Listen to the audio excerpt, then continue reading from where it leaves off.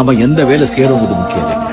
செய்யற வேலை மனசுக்கு பிடிச்சி செய்யறோமா அதான் முக்கியம். பாருங்க, இங்க சந்தோஷம் இருந்தா எங்க போனாலும் சந்தோஷம் தான்.